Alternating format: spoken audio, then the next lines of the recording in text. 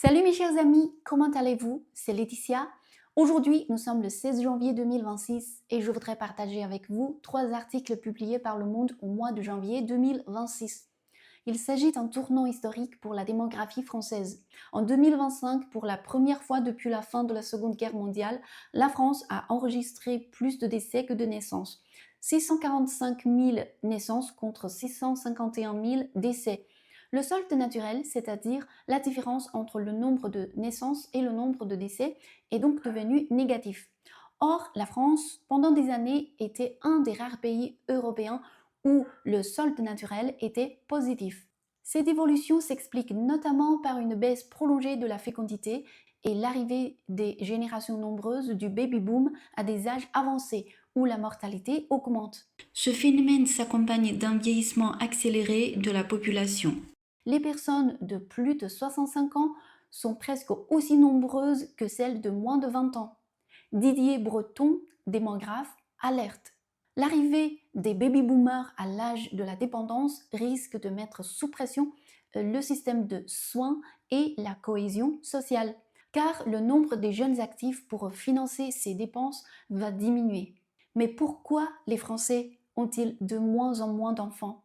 Selon les statistiques de l'INET et de l'INSEE, le désir d'enfant réel a diminué, notamment chez les jeunes de 25 à 39 ans, l'âge clé de la parentalité. Les raisons sont multiples. Coût élevé du logement, pression professionnelle, charge importante pour les femmes, incertitude économique et environnementale, etc.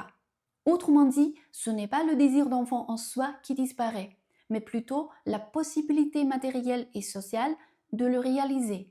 Pour y répondre, le gouvernement français a prévu des mesures concrètes.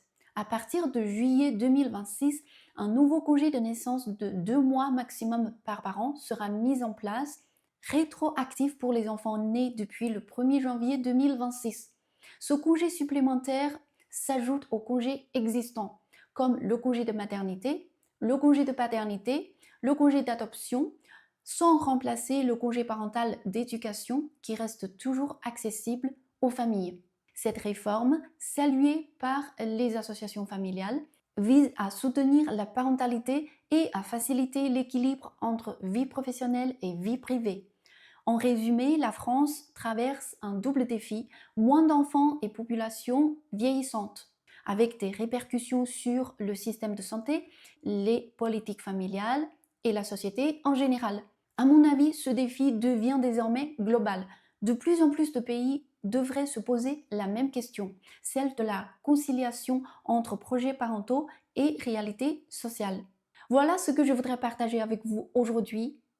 Merci d'être resté jusqu'à la fin. J'espère que cette vidéo vous a plu. Si vous vous intéressez à des actualités dans les pays et régions francophones, n'hésitez pas à vous abonner à ma chaîne. Je vais continuer à partager régulièrement ce genre de contenu. Merci, au revoir, à la prochaine!